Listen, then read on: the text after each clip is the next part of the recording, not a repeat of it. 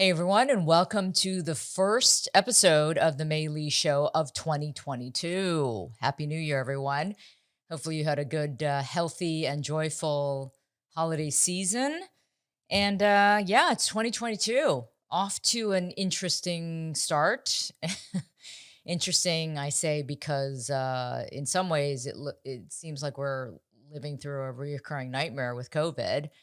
Um, but it is the new year, so let's hope for a better year ahead. Um, Certainly, a lot of challenges still ahead of us, and I'm really excited about this episode in particular because it has to do with something that happened on January 1st to somebody, a local anchor in St. Louis, Missouri, Michelle Lee. Many of you may know what I'm talking about. She is the anchor who got a kind of a racist call from a viewer after she talked about New Year's traditions and foods that people eat. And then she just happened to mention that Koreans eat dumplings on New Year's Day. And she got a rather rude call from a caller saying that she was being very Asian and she should keep her Korean to herself. So this went viral because Michelle decided to post it on Twitter, uh, not knowing that it was going to go completely viral so quickly. And then a friend of hers, who is also an anchor in Minneapolis, Gia Vang, um, they decided to work together to try to make something of this to educate and inform and just really kind of shed more light on the whole issue of racism. Uh, and so they came up with a hashtag very Asian because that's actually what the caller said, that she was being very Asian by mentioning what Koreans eat on New Year's Day. So they created this hashtag very Asian, and that's gone viral.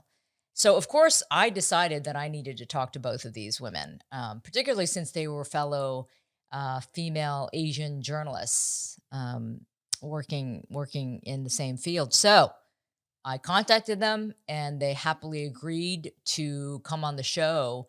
And so we just had this really nice heart to heart discussion about what happened, and what's happened since this video went viral. And, just sort of all of what we go through and the trauma that we have all experienced as Asians and especially as Asian women, and how we feel a duty as journalists to tell the story, regardless of how painful it is for ourselves, because we have lived this experience. But it was a great conversation, and I want to bring it to you right now because I think you're going to really enjoy it. So here we go. All right, Michelle and Gia, welcome to the show. I'm so happy to have you both here. Thank you. It's great to be here. And it's Thank you so much, Maeve. It's good to see you both smiling, given the fact that the last week and a half or so has probably been insane. I got to ask you first, Michelle. Does it feel like you've lived a lifetime in the past 2 weeks since all of this happened? How are you feeling? Thank you for asking. I can't even describe or really comprehend what's happened in the last, 7, 8 days. I said, wait, it's only been a week because I haven't slept. All the messages coming in feel urgent, because it's like, oh, the Washington Post wants to talk to you. Well, of course I want to answer, or NBC or whoever. And then, Gia has been working nonstop and we both have day jobs, so it's just been really incredible. And my husband said it's been wild to see from the sidelines and yet up close what happens when someone really goes viral. Yeah. Right. And because people are seeing it around the world too, like I'm getting, calls and emails at like crazy times. So it's been a trip. Well, you look great for having not slept in over a week. But Gia, I know that you and Michelle befriended each other during the Atlanta shootings, right? Last March. Yeah. Right? Yeah. That's how so you guys initially met.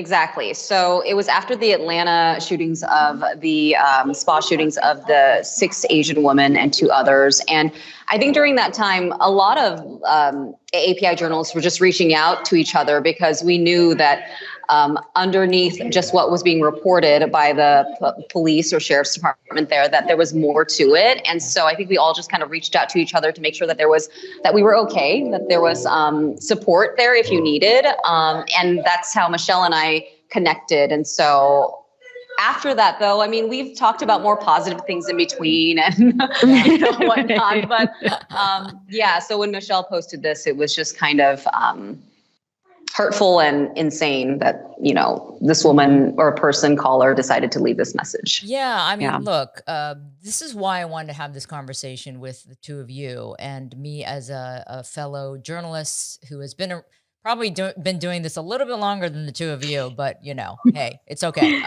But it is one of those things where it's important to talk about it openly. It's important to not just stay within our own silo. As I always say, it's great that we can inform each other, but you need to publicize this sometimes, as hurtful and as painful as it is. And I'm sure, Michelle, when you first got this, you were in shock, clearly, because we see in the video, which we want to show again, you're in shock in terms of what this woman is saying to you. And you kind of don't even tell me, well, I'm not going to put words in your mouth. Did you not even know how to process it when you first got this message?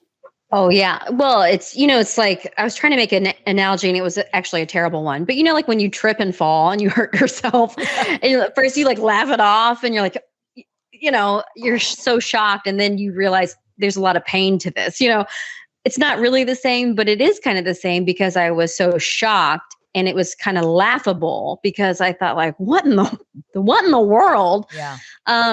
And then, you start processing it and it takes you into like childhood trauma. Mm-hmm. I mean, seriously, and like all the years of compounded racism and bigotry or whatever that you've endured. And then you think like, who the hell gets off saying that to right. you, and then you start, I went down like many rabbit holes, is this my life in the Midwest? Is this what I came back to?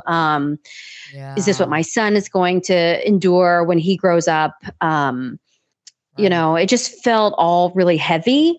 And so you're like shocked, you think it's comical, then you're hurt, then you're angry, then you're sad. It was literally like so many feelings. It was tough that night. You know what?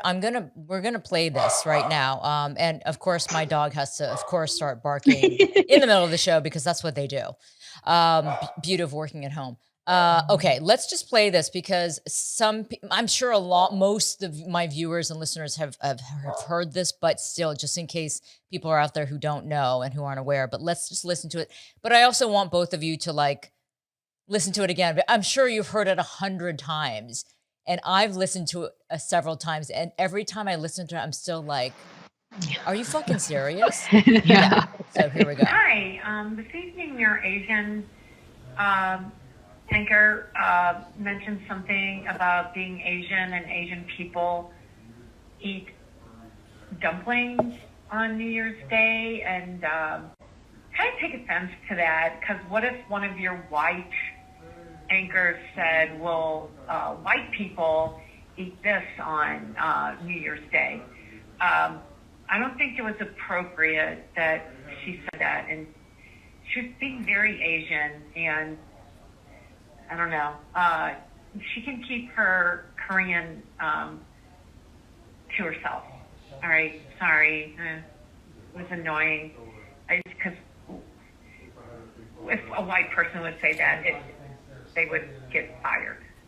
So say something about what white people eat. So, all right, thank you. So I'm sure, Michelle, again, I'm sure you've heard this many, many times because you've been, talking about it and everybody's talking about it. But it is, like you said, it is unbelievable that this woman feels like she's entitled to call you up. Right. And say these things to you and tell you that it's very Asian and tell you to keep your Korean to yourself, as if she has some right to command you, you know. Yeah. And to me it says like she doesn't even see you as a person. It's almost like she's seeing you as a thing that she can control or, command. I don't Right. know. I mean, Yeah. yeah. So tell me. To me, I mean, well, and it took me back to a place where it's like, you can be Asian when it's convenient for me, but when you're too Asian, then I'm uncomfortable. And so I have the right to tell you to just simmer down, Yeah. and I think that all of us have probably the experience of making ourselves smaller anyway to fit in spaces. And just having so now I've been in news for 20 years. I have had so many instances where I have been belittled as a human, I felt, from like managers or from agents or from news directors, like, you know what? The minority population is only about 3% in our areas. So we just don't have a business plan for them. Mm, Saying that in meetings where you're like, okay, or, we already have a female Asian anchor. yep. And so if we hire you, I think that's just going to confuse our viewers. It's going to be too much. Yeah. Yeah. Yeah. And I mean, I'm an adopted person. I'm a transracial adoptee. So my last name is not Lee. That is a decision that we made when I was about 30 to change my name, to get a pen name or whatever. And it bothered me because I fought it for many years because this is who I am, but people said to me, Michelle, if a news director is going to invest in an Asian, they really need to get bang out of their buck. So you need to change your name. Yeah. So, I mean, I fought all these things and it's just like, well, who am I? And I was like, doesn't it matter that I'm like the first Asian American anchor in this market? And my boss looked at me and said, no, it doesn't, because the population doesn't care. Yeah. Yeah. So, exactly. I mean, those are things that have happened to me throughout my career. So, I know that we've advanced and there's been progress, but I still kind of go back to those situations like, oh man, am I going to get in trouble? When it started going viral, I was like, oh man, I'm not going to lose my job, because I was thinking like someone's going to say, you don't matter. You're just a small representation of the population and we don't have a business model for you. And we don't really care if you're Asian. So you shouldn't have said this. I mean, that's what I was afraid of. Yeah. You know what, Michelle, I'm so glad you said that because, again, that's why I wanted to talk openly about this with the two of you, because the three of us do represent those experiences all together. We've all gone through this before where we have felt like we had to shut up, and just not say anything, not make those waves, right? Because we were afraid or we were made to be afraid and feel fearful. The model minority myth has always, kept us down and into thinking that we had to be a certain way and live up to a certain expectation and fit into a certain category. And especially when you're on television and news, this is the face that people see. So we have to kind of adhere to whatever the higher ups want, right? So Right. it was courageous of you to put that out there, to take that risk, even though for others it wouldn't have been a risk because they wouldn't have had all of that other baggage to think about. Well, I thank you for saying that. And I will say this, though. I did have a conversation with my director of content. Her name's Carol Fowler. She's not Asian. And she was like, I'm glad that you felt confident and safe enough to post that. So a lot of it was self-imposed, my fear going on my past experiences. But like Gia and I work for the same corporation. We work for Tegna, and I'm a part of our national DEI group, and I'm a part of our newsroom DEI group. And I was like, yes, absolutely. I did feel like I could just post that. I didn't even think about it. I mean, I did think about certain things, right? But I didn't think like I would get fired. It was just when it went viral, that's when I started getting like, oh man, what am I walking into? So I do feel like the news station and the company have been extremely supportive. I don't know if that would have happened X amount of years ago.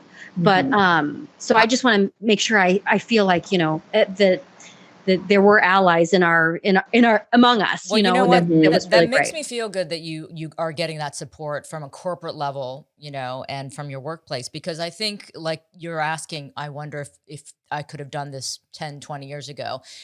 My answer would be probably not. Yeah. Because I think we would have felt as if we were making too much noise, and the companies would have definitely felt like you cannot bring this kind of attention as a minority, to a subject like this that people aren't even aware of and don't really care about. Right. Right.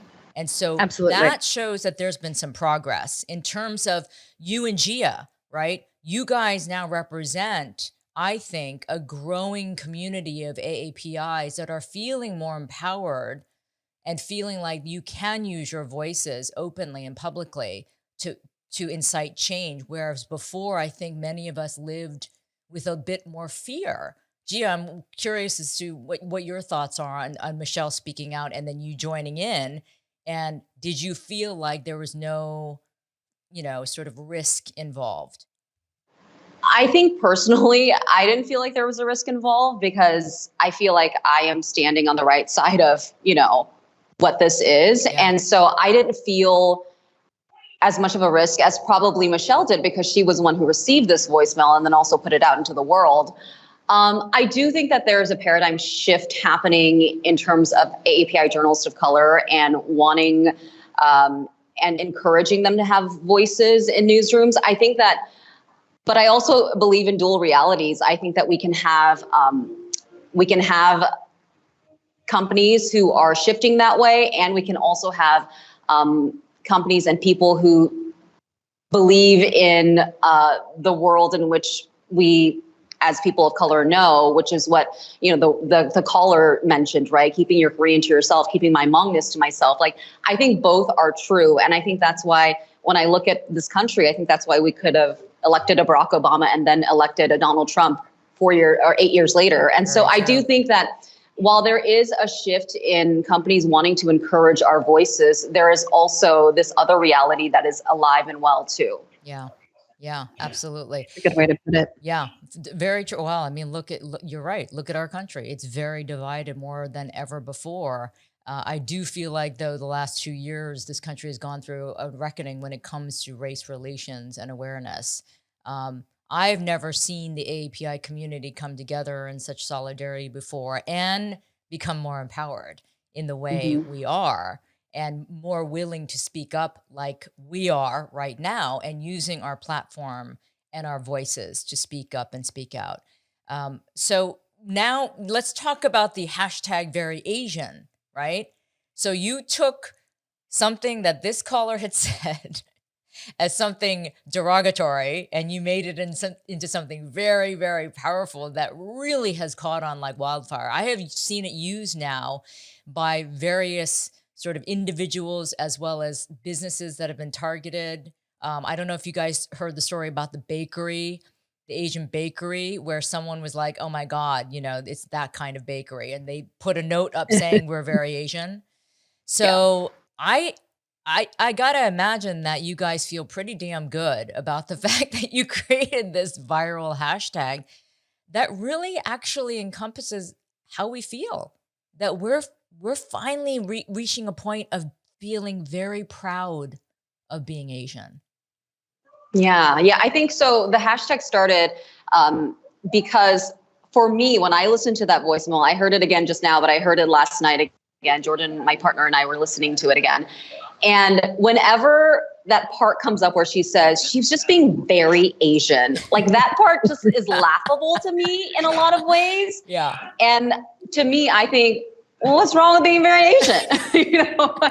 And so turning it on his head and reclaiming those words, because for her, the caller, it sounded like it was a very negative connotation. Yes. It was like nasty to be very Asian. Yes. And for me saying, I'm really proud of being very Asian, and I don't have to be ashamed of that, and showing the generations to come that they don't either. Right. And so I think that was where it started, was me using the hashtag very Asian and Michelle saying, could this be a thing? Yeah. A t-shirt. Yeah, a t-shirt. Well, we're going to get to that in 1 second. But yeah, Michelle, I'm sure you too, when you heard that phrase that, used in a what she wanted it to be a derogatory way. That must have stung at the moment you heard it. Well, yeah, it totally stung. And then just the doubling down of she needs to keep her Korean Korean to to herself. herself. I thought, Yeah. oh man, there's no way I could misinterpret any of that. That was pretty blatant. So, yeah,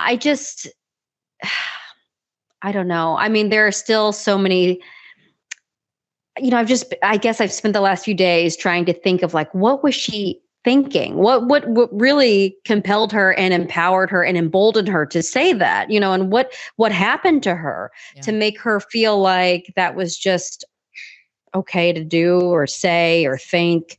And you know what I'm curious about? Why was she so offended by that? And it's so interesting to me that your segment was, you were talking about all the different cultural traditions and different foods that different cultures consume to celebrate the new year.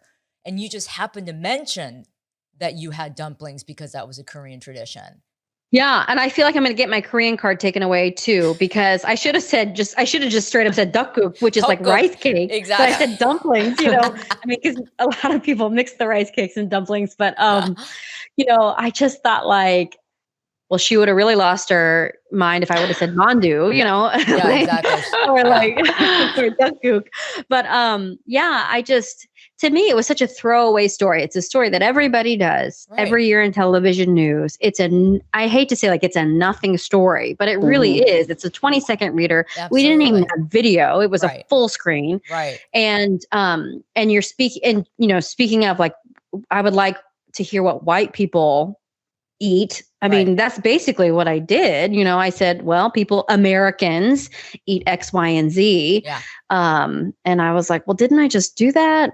Granted, that's all debatable, but you know what I mean? I just thought the default is, we're saying that the default American eats X, Y, and Z. But I, that morning, had actually looked at my Instagram feed and saw so many of my friends, eating dakguk and like eating like noodles and all these things. And so I just threw in that line. It was intentional. I really will say it was intentional. I talked to my producer. I'm just going to throw in a line. Okay. Yeah, sure. Yeah. And no big deal. I didn't even think anybody was watching or paying attention, to be honest.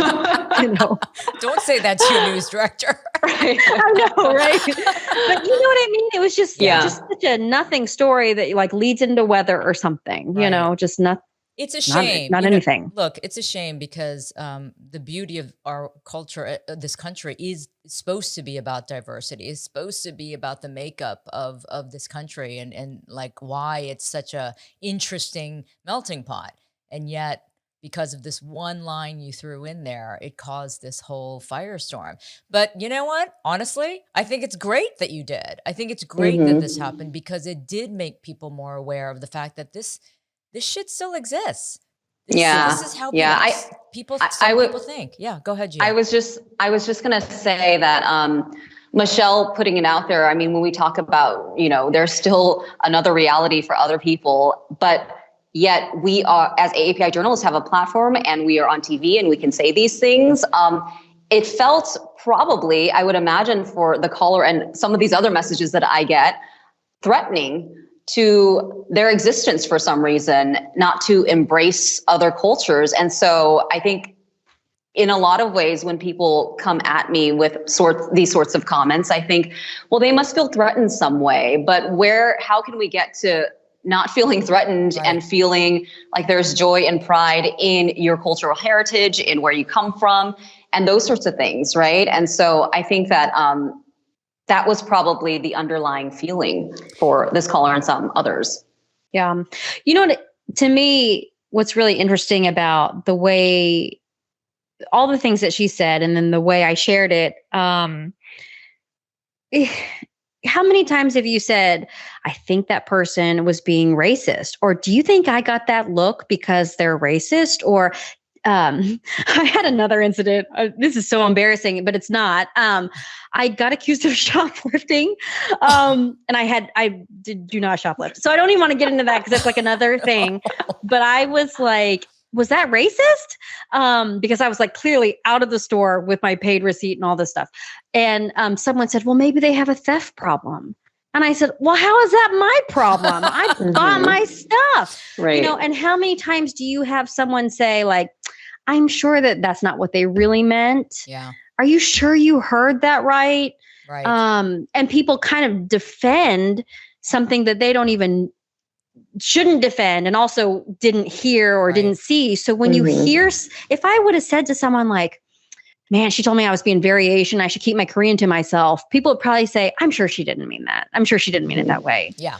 But when Yeah. you hear it and you hear the confidence in her voice, that's when you go, Oh, she meant it. She meant wow, it. she meant that. Yeah. That so, was, and so that's, I think, the audacity of it. And that's maybe, I think, why people connected to it too. Like, oh, dang, this really happens to people. I still. think you bring up a really good point, Michelle, and Gia as well. And that is, why is it that when it comes to offensive language or, comments or behavior towards Asians and the microaggressions, right, that we all know Right. of, why is it so easily dismissed as if it's not a big deal, or if or, oh no, we misinterpreted it, right? So there's still this gap in accepting the fact that Asian Americans, have this issue that we constantly are battling, and people need to, realize that it's a real thing. It's not something that we're imagining. It's not something that we're being oversensitive towards. Right. And that's the programming that's existed for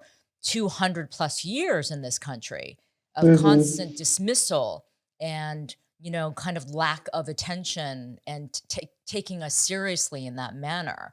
That's why I think situations like this, as maybe minor as somebody might think it isn't, because it does represent exactly the kind of sort of treatment that Asians have received in a negative way for a long time. Right. Yeah. I would agree. And I think this is why our voice right now is so important, because for so long we've been stereotyped as the quiet, put your head down, get the work done group of people in this country. And now that we're speaking out, it is wild to me, because now that we're speaking out, we have this collective unity and collective support amongst AAPIs. And also, I would say that I imagine there's a lot of people in my industry and in my space, in my daily space, who think, gosh, she's being so loud, And so there's for us, it feels, or for me, it feels like there's no happy medium. Like, I can't be super, super proud, because then I'll just be like loud and like a loud person of color. And then I also can't be really quiet, because that's not who I am. And so finding this like balance of like, no, I need to speak up when it's important for me to speak up. And it doesn't diminish anyone else's identities or and it doesn't make anyone else smaller. It's just for the equitable world that I imagine I want to live in. Right. And, here's the thing. We're all journalists. And I always explain to people, journalism, people go into it, for those of us who go into it for the right reasons, we go into it because there's a sense of justice we want to see. Okay. And we want to help in that journey towards justice. It's about truth. It's about reporting the facts. It's about giving voice to those who are voiceless. And to me, that's what true journalism should be. And so the fact that the three of us represent, hopefully, I hope that I can speak for both of you, that we're representing that kind of mission of journalism. I think that's a powerful thing to be able to use and to be able to represent and to be able to show the public that these are the faces of journalists, women of color, who have struggled, who have gone through terrible experiences. I think I was telling you guys before the interview, I had a post on Instagram as well that I received a very racist comment. And it was a post of my two dogs in their little Christmas hats and little costumes. And I just was saying Merry Christmas to everyone, happy holidays. Hopefully it's a safe and happy one. And somebody wrote back and said, did you eat them after you took this photo like a good little, and then copyright C, H, exclamation point NK. So Wow. whoever posted this was very clever that he or she would not get flagged for using that term chink, right? Yeah. And so, that just happened over the holidays. So this It's is insane. what we're constantly fighting. And that's why I want us to continue to bring attention to it, not because we're trying to play victim, but because we're trying to educate. Yeah. Well, I think about even there, and okay, so now I have forgotten the whole story. But remember in Texas, just like a year ago, there was a whole family that got knifed. Yes, at Sam's Club or one of those places. Sam's Yes. Club, I think. Yes. And the little boy was maybe 2 or 3, slashed in the face. Yep. And it's, to me, I have at the time, my son was probably, my son was probably 2. They're probably the same age. I have 100% changed my behavior out in public when I'm by myself. And even like when someone's turning on my road, I keep going. I don't go to my house. I turn around because I'm coming in at weird hours. And so violence is real. People have died. People have and it's still their lives have changed Michelle. forever. Yes. The attacks are still happening on a daily basis. However, mainstream media and the general public has moved on from the story. Yeah. Let's be real, right? Let's be real. But I think all of us knew that this was in the headlines for a little bit. And I told people on my social media, I was putting it out there and said, this is going to not make headlines in a couple of weeks. But for us and our community, it is going to continue. And we have seen that. Yeah. Exactly. So again, here is the mission for all of us, because we need to keep up those stories. We need to keep that focus, in the spotlight on this issue in any way we can. But let me ask you, Michelle, you just brought up the whole point of changing your behavior, because of the safety concerns. As women, as Asian women, the statistics show that we are victimized more than our males. And Asian women are still perceived in a certain way. So, let's expand on that. I mean, do you guys still feel like you are victimized in some way or looked upon as, sort of feeble or whatever, the typical stereotype of the Asian female? Go ahead, Gia. I saw you look at like you were going to say something. Yeah, I mean, in a lot of ways, and what I've talked about already is that I imagine when I walk into a room, a lot of people aren't going to think, or I should say some people aren't going to think, wow, she's going to have opinions and be loud and, say what's on her mind. And when I do that, it kind of makes people uncomfortable because they're not used to it. I imagine we all have internalized messages in our world of what an Asian woman is supposed to be like. And that's why I think when I do speak up, when I say what's on my mind, people think, oh gosh, she's being so loud and she's being so Asian or something, right? Yeah. And so I do think that I live in worlds where I have to figure out and do mental gymnastics about, okay, is this worth me saying something right now? Or are people going to think like I'm being over the top or I'm being too sensitive, whatnot. And it's also exhausting in a lot of ways to educate people all the time. And so I feel like I have to pick and choose my battles, and I have to figure out, okay, what's my relationship with this person? Do we have enough space where I can be like, hey, maybe that's not okay to say. Yeah. I feel like I am constantly always thinking about, how I move in this world, because I know that there are messages that other people have gotten, implicit bias we talk about, right? That they don't quite understand. And so it's a lot of work on our end as an Asian woman. Yeah, it is. It is about the educational process of trying to, kind of make people aware of the differences. But Michelle, go ahead. Well, I was going to say, on top of all that, there's the idea of just being fetishized and exoticized. And I mean, in my younger days, got that a little bit more. Now that I'm a mom and I always say I'm a squatty Asian, like I'm just like a squatty old lady. I'm just getting to that point where I'm like, not really, but I'm just a mom, and so I feel like out of a lot of spaces like that. But when what happened in Atlanta happened. Yeah. I was shocked, but not surprised at the coverage, and the talk around sex work and the talk around all these things that I was like, wait a minute, wait a minute, wait a minute, wait a minute, wait. We need to find out if this was sex work. We need to find out what happened to these women. And if they were sex workers, it doesn't take away the fact that they were targeted, and killed. And they're human beings. Yeah. Yes. And it was like all this stuff just came out immediately. Yep. And actually, that's why I was so proud to be a part of the AJA, because they started sending out all this, information and guidance for coverage. But then it also was a reminder, okay, well, we don't have enough AAPI reporters out there who can understand nuance and talk about culture. And to me, we have all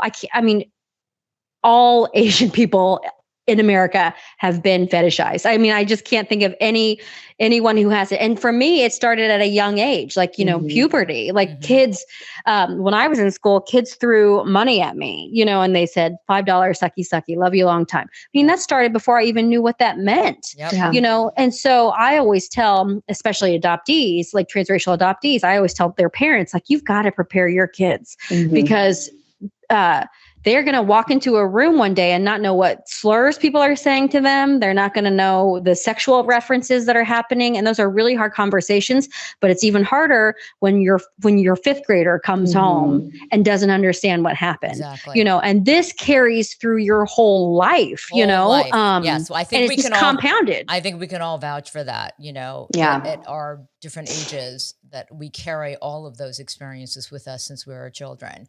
And that's what we need to change. We need to change that kind of programming, and we need to change those stereotypes that still exist in the media, right? And therefore, the Atlanta shooting, the media still carried on with those stereotypes of hypersexualizing Asian women and dismissing them as subhuman, right? Because all of a sudden, oh my God, they're sex workers. Oh yeah, we don't really care about who they were. Who cares? Yeah. Let's just focus on the shooter. And still never a hate crime, and then the shooter was having a bad day. I about lost my mind. And all of us. And I same. I think the conversations that were in my newsroom, I remember when we talk about living in these bodies for however long we've been on this earth and taking in all those messages. I remember there was a conversation in our newsroom about the coverage. And there was an Asian producer who said, oh, I think we need to localize this some way or another because this is really important. And there were white producers who said, oh, police just came out and said it wasn't race related and there was no motivation of race. So yeah, and it was so dismissive. And I remember feeling so hot inside because you carry all of these things in your body. Yeah. And I couldn't at that moment say anything because I knew if I said something, I would blow up and it would just be not a productive conversation. And so there's also that, which is so exhausting of being like, okay, how do I, for better lack of word, whitewash this message for these white producers so they can understand where we're coming from? Right. When you feel internally so emotional about it because you've lived with this your whole life. Yeah, exactly. And that's the thing. I think we carry so much of this pain and trauma. And I'm not trying to be dramatic here. I know I carry a lot of pain and trauma from my childhood. And we get these reminders throughout our life, right? Like you, Michelle, getting that voicemail, me getting that Instagram post over the holidays. This continues to happen. So people need to have some empathy. And where does empathy come from? It doesn't come out of nowhere. It comes from more awareness. It comes from more education. It comes from more conversation and discussion with other people who may not get it. And we can't blame them for not getting it completely if they were never educated properly, right? If they never had these conversations with with their Asian counterparts before, right? So it is our responsibility to a certain extent. Yes, it's a heavy burden, but we got to do it, right? Mm-hmm. Yeah. But the thing that I think of sometimes, I've had conversations with people about race or whatever. And they might say, well, when I was a kid, I was made fun of for being too skinny or too fat or whatever. And I don't really have a lot of empathy for that. But I do say, but so you can understand, you can at least start to understand what it's like to not be able to control certain things and go into the world and get made fun of. Well, now, I'm like, multiply that by like 1 million, but no one goes through life being unscathed. No one. Right. I don't care who you are. There was always something, and there's always something that people are overcompensating for, or so I know people have it in them to have empathy. Yeah, I do. They might not say the right thing. They might try to steal your story or steal the, hog the air out of the room. But I know that people do relate to not feeling equal. Like there's just a time when we don't feel, everyone has that. No, and you know what? It's really gracious of you to like consider that, Michelle, because I think you're right. Everybody has the ability to have empathy because everyone's experienced something. It's just bringing that out. And how can that be brought out when it comes to specific topics like AAPI hate? We have to discuss it. We have to, push it out and be able to sustain that conversation to a certain extent so that there is a deeper understanding, because we certainly didn't learn about it in school. We certainly didn't learn about AAPI history in school. So there's a lack of understanding about our history, right? So therefore, how can anyone be expected to get it, unless it's being discussed and more openly kind of, sort of portrayed properly in media and entertainment and movies and film. We're seeing that. Right? We have a long way to go, but we're definitely seeing that. But okay, so let's get to the fun part though. Your t-shirts and your sweatshirts, your different hats and everything. You started this pop-up and I was so impressed. I mean, you guys started this like 2 days later after this happened. It was Gia. We would have had it 2 hours after. I mean, that's insane. I know, Gia, that your partner is like somebody who kind of can do this like graphically. So that's why you were able to design these beautiful logos of Very Asian very quickly. So when you put that out, like 2 days later, and I know you could have gotten it out sooner, but there was a couple of delays for, different reasons. But when you got that out, were you shocked by the response? I mean, what happened? I honestly think that's where, for me, I was like, this is where the rubber meets the road. Are people going to put their money where their mouth is, on Twitter and on Instagram and whatnot? And we found that they did in an overwhelming way. And I think for me, just looking at all the different orders that were coming in, as soon as we hit the website was open at noon, it was almost like every second there was a new order and we could not keep up. And so it was so overwhelming in a really, really good, positive way. And I'm glad that, people did really rise to the occasion when they said they would. Well, the products look great, first and foremost. So I think that they were very stylish for sure. But also, obviously, it resonated.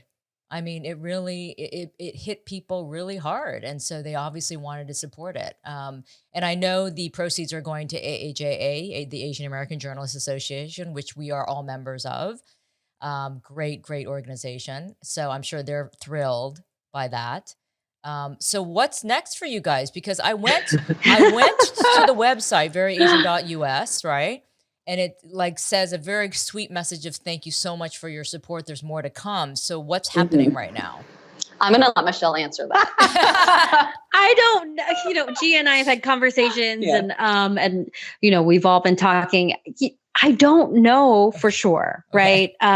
We've been in a lot of other conversations with people who seem to know how these things work. I mean, Gia and I both have day jobs, so we have to be also very careful about moving forward, what moving forward would even look like. Sure. And then there was one point that I literally was talking to somebody and I said, wait, so do I have to quit my job? Like, what am I doing? What are we doing here? To me, it's really important that I feel like it resonated. I would like to move forward, but what does moving forward look like? We're having lots of conversations about that. I have had none with my boss yet, so I don't know, so that's the reality of that. But I mean, I definitely think that this is bigger than than both of us. This is bigger than what we could have ever have imagined, and we didn't create it. That's the thing that's great. Like with some hashtags, they're created and they can be politicized and all those things. And yes, very Asian could be politicized, but we didn't create it. We didn't create it in the sense that we just pulled it out of thin air. Right. I mean, we took something, or Gia took something that was negative and turned it into empowerment. Yeah. And that's what resonated with people. They were like, you know what? I am very Asian. I'm going to show this picture of my family or my food, or I'm going to share a tradition. I had so many and you saw it too, solidarity hashtags that were like openly Black, very Jewish, That's so great. Great That's great. stories from people. Yeah.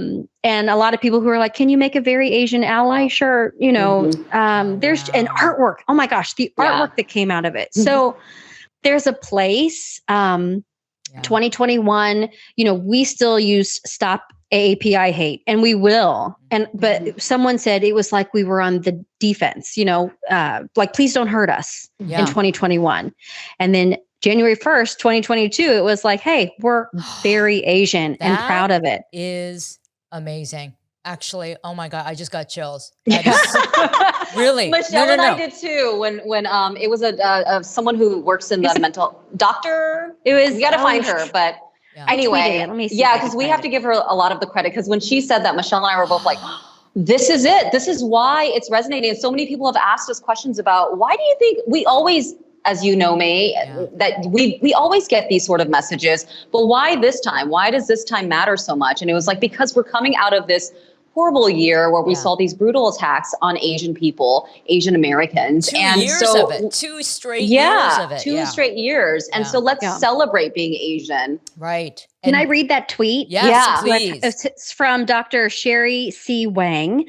And she says, the very Asian hashtag is so powerful because we've turned a racist insult into our collective Asian pride. We're redirecting Stop Asian Hate and Stop AAPI Hate to celebrate our Asianness. What a great way to start 2022. You give us anger, we cultivate community, love, and pride.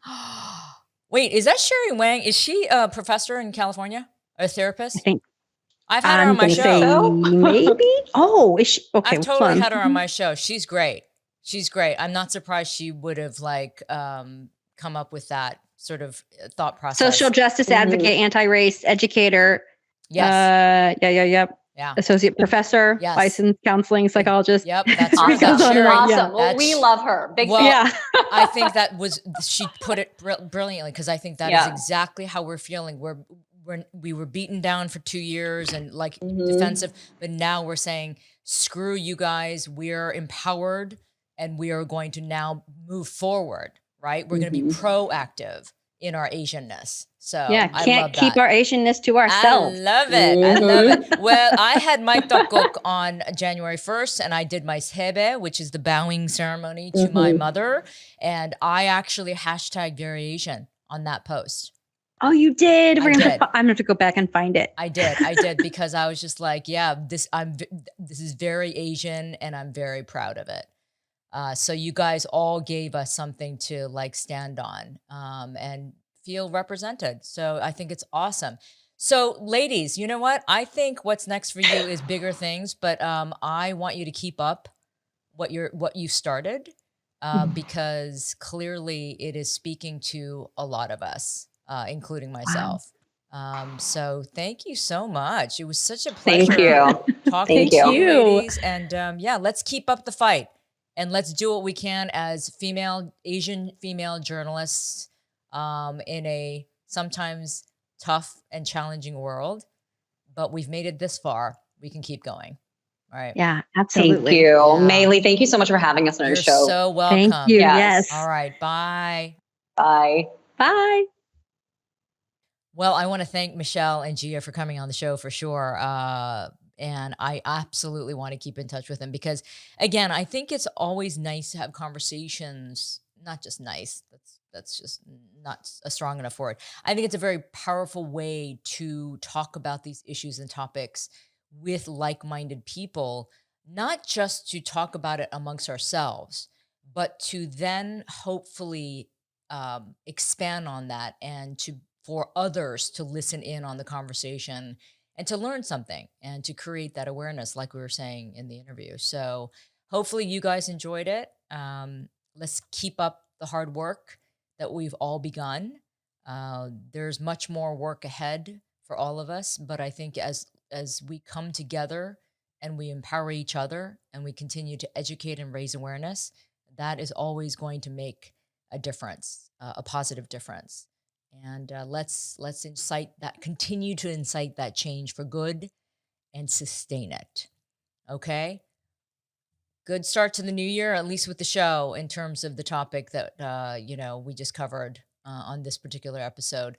Let's keep it going. Thanks for your support, and if you haven't subscribed to the channel, please do on YouTube, and please give us a review on any of the podcast platforms, including Apple and Google and Spotify and all those good podcast platforms. Okay. All right. Until next time, take care, everyone.